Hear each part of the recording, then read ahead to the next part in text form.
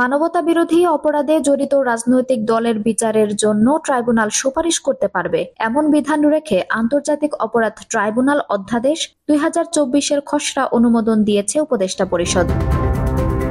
বুধবার 20 নভেম্বর সচিবালয়ে উপদেষ্টা পরিষদের বৈঠকে এ অনুমোদন দেওয়া হয়, যেখানে বলা হয়েছে অপরাধ সংগঠনের দায়ে রাজনৈতিক দলকে সরাসরি শাস্তি প্রদানের ক্ষমতা আন্তর্জাতিক অপরাধ ট্রাইব্যুনালকে দেওয়া হচ্ছে না। তবে ট্রাইব্যুনাল চাইলে প্রয়োজনীয় শাস্তিমূলক ব্যবস্থা গ্রহণের জন্য সংশ্লিষ্ট কর্তৃপক্ষের কাছে সুপারিশ করতে পারবেন। এর আগে বৈঠকে যোগ দিতে বেলা 11টায় সচিবালয়ে প্রবেশ করেন প্রধান উপদেষ্টা ডক্টর মোহাম্মদ ইউনূস।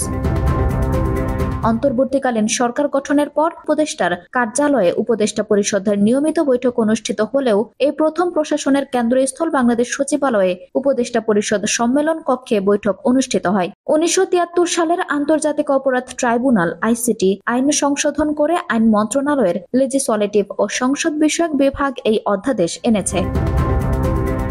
এর আগে গতকাল মঙ্গলবার খসড়া অধ্যাদেশের বিষয়ে আইন, বিচার ও সংসদ বিষয়ক উপদেষ্টা আসিফ নজরুল সাংবাদিকদের জানান, আদালত যদি মনে করেন তাহলে অপরাধী রাজনৈতিক দলের বিরুদ্ধে শাস্তিমূলক ব্যবস্থা নেওয়ার জন্য সংশ্লিষ্ট কর্তৃপক্ষের কাছে সুপারিশ করতে পারবে। স্বরাষ্ট্র মন্ত্রণালয় আছে, নির্বাচন কমিশন আছে। আদালত যদি মনে করেন তারা সেটা করতে পারবেন, তবে শাস্তি দেবেই এমন নয়, এমন প্রস্তাবনা অধ্যাদেশে রয়েছে। আঞ্জুম হক আরবি, টাইম নিউজ ডেস্ক।